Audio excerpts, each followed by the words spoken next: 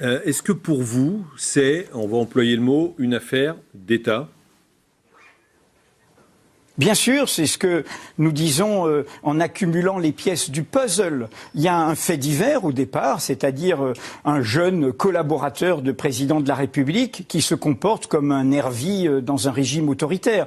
Car frapper alors qu'on n'est pas policier, qu'on n'a aucune autorité pour le faire, pour exercer ce qu'on appelle la violence légitime de l'État, même si elle peut être excessive parfois, frapper des opposants politiques est évidemment indigne d'une démocratie. Dans un régime normal, M. Benalla aurait dû quitter la présidence de la République le 2 mai et personne n'en aurait parlé. Quelle est l'affaire d'État ? L'affaire d'État, c'est que ce fait divers, eh bien, il est couvert. Monsieur Benalla est protégé. Monsieur Benalla est soutenu, est aidé et on le voit dans toute sa morgue actuelle, il bénéficie d'une sorte d'impunité. C'est la vérité du mot indulgence qu'a demandé le président de la République à son égard. Et là, nous voyons avec cette nouvelle pièce de puzzle, ce passeport diplomatique, eh bien une confirmation de cette énigme. Nous documentons le comment. Monsieur Benalla est à l'évidence protégé au plus haut sommet de l'État. Le pourquoi, eh bien, c'est la question qu'il faut poser aujourd'hui à la présidence de la République. Et est-ce que vous avez une idée sur ce pourquoi ? Parce que c'est évidemment, après toute votre démonstration, la question qu'on a en tête.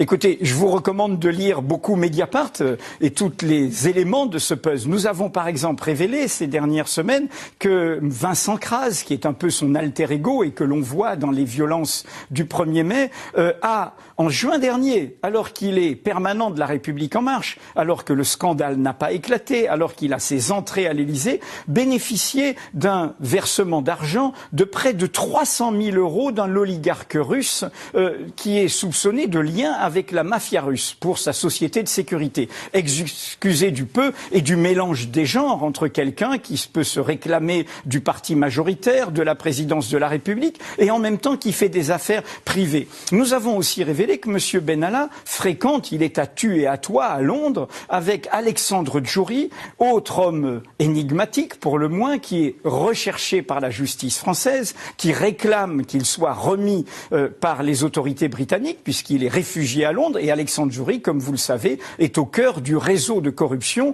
qui est mis en cause dans l'affaire qui menace M. Sarkozy. Et dans le même moment, toute la presse se fait état des repas, dîners, déjeuners, conseils pris par M. Macron auprès de M. Sarkozy.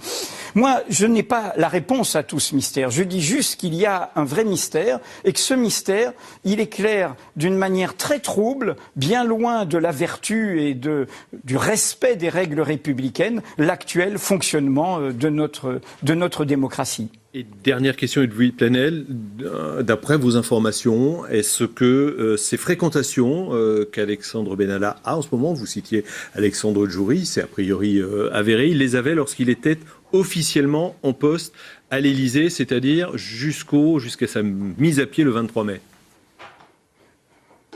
Vous posez une bonne question. Il est intriguant qu'un jeune homme qui avait 26, 27 ans, là, au moment où tout cela est sorti, se comporte aujourd'hui comme un homme d'affaires accompli, puisse aller dans plusieurs pays africains, au Tchad, au Cameroun, en Israël, défendre des intérêts de pays étrangers, en l'occurrence de sociétés étrangères, turques et qataris, comme nous le documentons, et se balader, être reçu à la réception officielle pour la fête de l'Arabie Saoudite, à l'ambassade saoudienne à Paris, avoir un grand train de vie, être dans des hôtels très chics, se déplacer dans beaucoup de pays étrangers, tout cela, quelques mois à peine, après avoir été licencié d'un poste qui normalement n'aurait pas dû l'enrichir.